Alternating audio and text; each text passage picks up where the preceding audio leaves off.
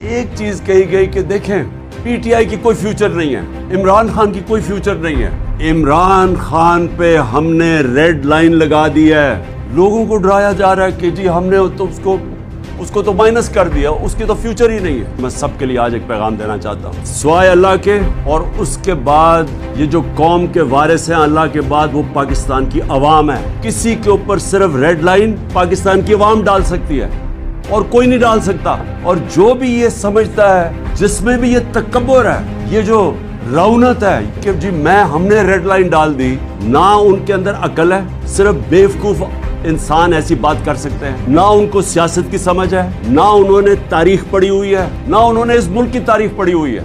جس نے بھی کوئی تھوڑا پڑھا لکھا آدمی جس نے تاریخ پڑھی ہو، وہ کبھی بھی اتنی اہم کانہ بات نہیں کر سکتا۔